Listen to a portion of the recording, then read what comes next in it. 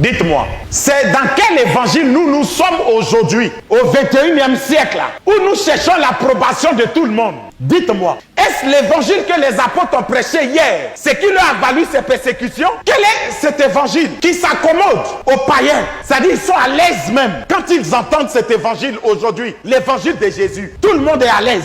C'est-à-dire les croyants sont à l'aise, les païens sont à l'aise dans cet évangile-là. Quel est l'évangile que nous prêchons? Les apôtres sont devenus des martyrs à cause de la vérité de l'évangile. Les gens ne pouvaient pas supporter l'évangile qu'ils prêchaient, la parole, la vérité qu'ils prêchaient. Quand Luc dit, il dit quand le Fils de l'homme paraîtra, est-ce qu'il trouvera encore la foi? Quand Jésus lui regarde son église, est-ce que Jésus est fier des chrétiens? Est-ce qu'il est fier des enfants de Dieu? Est-ce qu'on peut prendre la décision de perdre notre vie à cause de notre foi, à cause de l'évangile? Ce que je veux nous dire, il n'est pas si important de savoir comment sont morts les apôtres. La manière dont les apôtres sont morts, c'est pas ça le plus important. La nature de la mort, de leur mort, c'est pas ça le plus important. Le plus important, c'est l'état dans lequel tu meurs. La nature de la mort. On peut mourir de toutes les manières. Tu peux sortir de chez toi et puis voiture te cogne, tu meurs. Même si tu es bishop, on peut mourir de maladie. 2 Rois 13, le verset 14. Élisée était atteint de la maladie dont il mourut. Donc Élisée est mort de quoi? De maladie. Donc la nature de la mort importe peu. La mort ne prévient pas. C'est pourquoi pendant que tu es vivant, tu dois te préparer à la rencontre de Dieu. Et comme nul ne connaît le moment, nul ne connaît l'heure,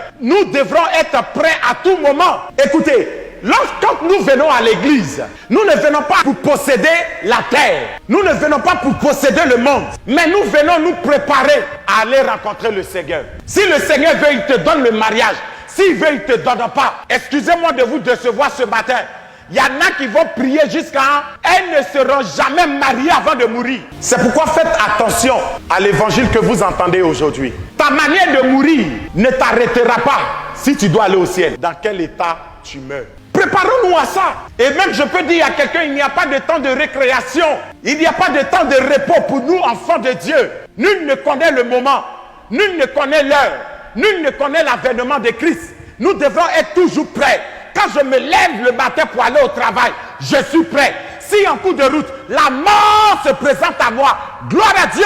Nous devons comprendre ça, bien-aimés, pour sortir de nos amusements. Mais aujourd'hui, on veut qu'on nous dise ce qui est bon. Oui, on te dira ce qui est bon, ce que tu veux entendre. Mais ça t'aidera en quoi?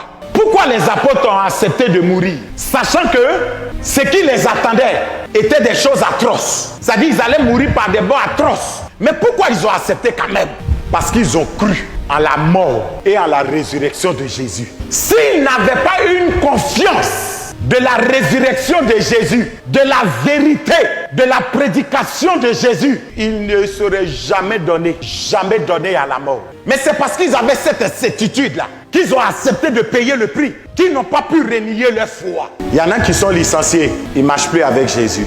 Il y en a qui ont perdu de l'argent, même une forte somme, ils ont renié la foi. Parce que le plus souvent, la question qui revient, Jésus, où étais-tu? Pourquoi n'as-tu pas empêché cette situation-là de m'atteindre, de me fragiliser? Je suis découragé, je suis déçu. Quelle est ta foi?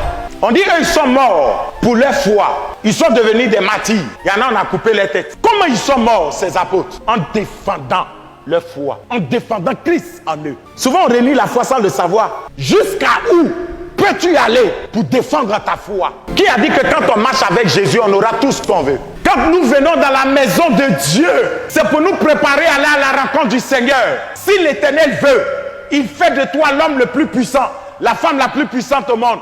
S'il ne le fait pas, il ne le fait pas. Mais une chose est sûre, si tu meurs, la vie que tu auras au ciel sera meilleure que cette vie sur terre. C'est pourquoi Paul a dit, j'ai combattu le bon combat. Il dit, j'ai gardé la foi. À cause des garçons, tu abandonnes la foi, mais tu es perdu doublement et triplement. À cause de l'argent.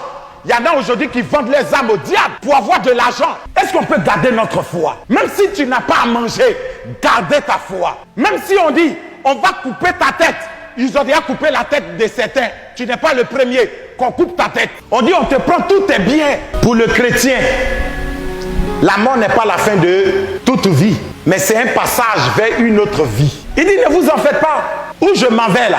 je ne vais pas vous préparer une place. Quel que soit ce qu'on vous fera, même si tu n'as pas terminé tes études, tu n'as pas eu des grands diplômes, il dit le meilleur diplôme, c'est ton salut. Même si tu n'as pas eu l'homme le plus bien, mais tu as eu le mari le meilleur, qui est Christ. Même si tes parents t'ont abandonné, personne ne veut t'aider. Ne deviens pas amer dans la vie. Jésus est là, il dit, il est le père des orphelins. Tu as un père. Est-ce qu'on peut persévérer jusqu'au bout? Sortons de cette religion qui ne prône que le bien-être. Qui a dit que Dieu va tout nous donner même? Qui a dit ça?